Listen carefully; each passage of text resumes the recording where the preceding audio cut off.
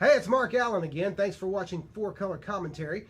Everyone likes to get the goodies, the swag, whether you pick it up at a local Walmart or a comic book store, or whether you even get it, you get it in the mail off of eBay or a Dollar General or a Walgreens, wherever you get it. Everyone likes to get that swag, the nice stuff, the comics, the toys, whatever your thing is.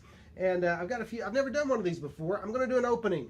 I'm going to do an opening right here on 4Color Commentary, and I'm going to start with something I hadn't seen before. You can see behind me that I like die-cast metal. Got some Jada figures up there. I have a lot of die-cast figures, Jada figures, but also going all the way back to the 90s, the Action Masters series, and different ones. I've got some Star Wars, some Batman. Used to have some Terminator and some Aliens and Predator, that kind of thing. But I just really like the die-cast metal, not cars, die-cast figures and related.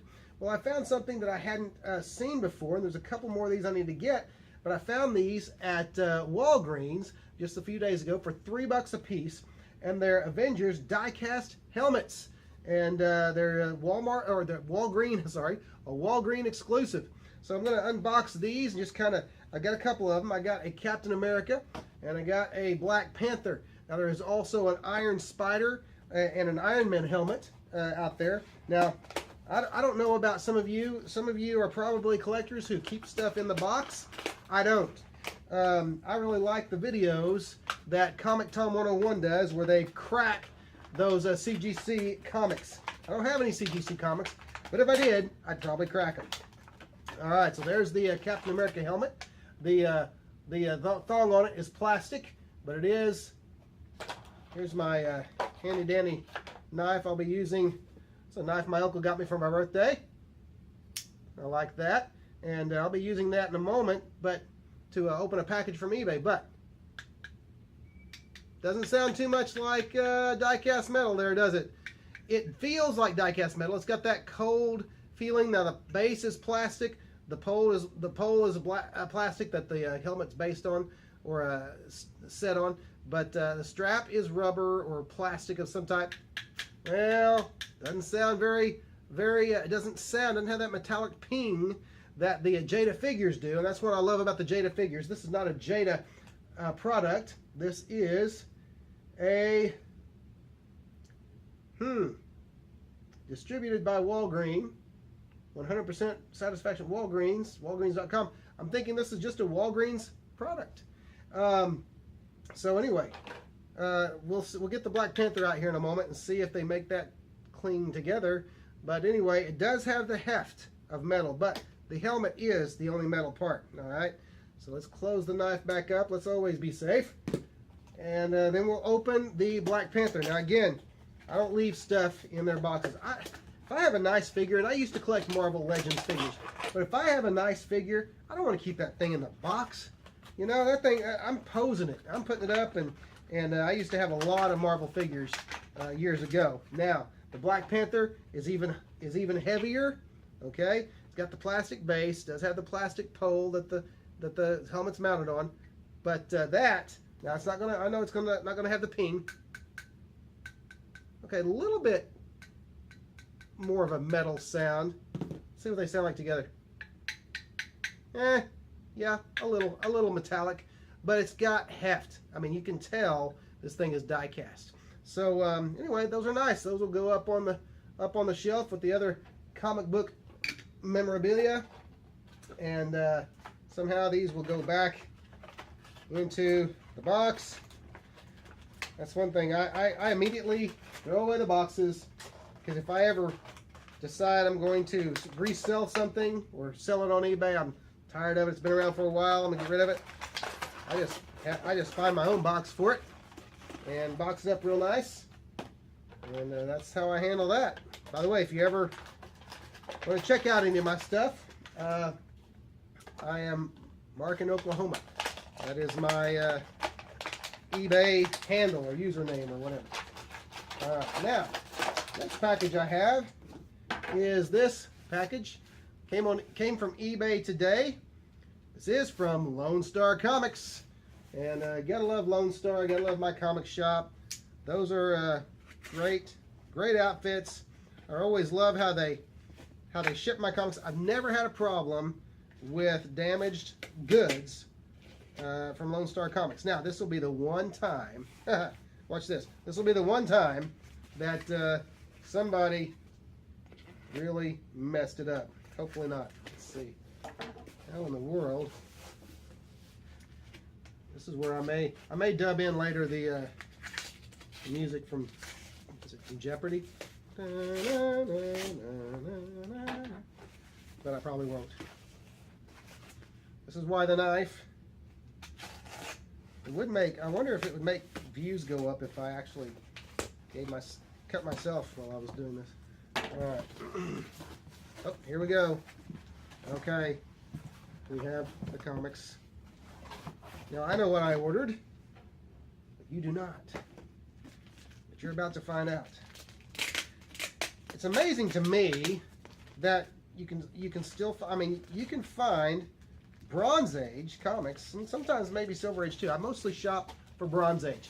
But you can find comics from that era for very reasonable prices on Lone Star Comics. Lone Star Comics. My comic shop. Alright, there we go. Alright, here we go. Let's just start in no particular order. What we have is, okay, Captain Canuck, number 9. I'd mentioned before that I'm going after the Captain Canuck series, trying to complete all of that. Some of the early art within that book is just the George Freeman art, just amazing stuff. Number 7. Having to get them hodgepodge because I can't always, you know, that's not the easiest, series to put together these days. Oh, I'll save those. Oh, wait. Okay, Captain Canuck, number 3. We have a number 3 sighting. Captain Canuck number 3. Captain Canuck number 8. These are all. Here's another thing about this outfit. Whenever you order from mycomicshop.com, it's if the comic says fine condition, it's very possibly fine plus or very fine minus. They do what good comic sellers do. They undergrade. I've known a few that overgrade, but it's been a long time since I've had anybody complain about whenever I sell comics. I always undergrade as well. Number 6. So if you're grading those comics, I know it can be tough, but if you're grading comics and you're selling them on eBay, undergrade. I know it can hurt sometimes, unless you get them graded by a professional. I'm talking about those of us who are collectors and not professionals. I always include in my auctions. I am not a professional comics grader. All right. Number 4. Plus the origin story of the man they call Catman. All right, cool. I know next to nothing about these early Captain Canucks. I only just started trying to put the series together. Now, another, oh, wait. Here we go. Oh, Captain Canuck, number 2. Now, this was actually called a very good minus. Look, and this looks like it may shape up to be very good plus to fine minus. So, I'm just saying, you know, they're very good about giving you good, you know, you get value for your dollar. MyComicShop.com or My High Comics. All right, let's see. We'll do these because I like, and again in no particular order. Well, I'll put them in descending order. I like one of my favorite artists is a guy named Paul Smith. Paul Smith is the one who is the guy who, among other things, probably what he's most well known for is that he took over the art chores of the X-Men after Dave Cockrum's second run. And so it's Dave Cockrum, John Byrne, Dave Cockrum, and then Paul Smith. Paul Smith did the story about Madeline Pryor. Was it Madeline Pryor? I believe so. Anyway, Scott Summers' girlfriend after the death of Jean Grey, when she became Phoenix. That was Paul Smith art in that, and it was wonderful, wonderful stuff.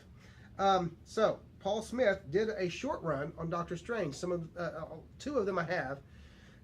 I needed the rest. Doctor Strange number 66. That is a Paul Smith cover as well, and so glad to have that. Doctor Strange number 67.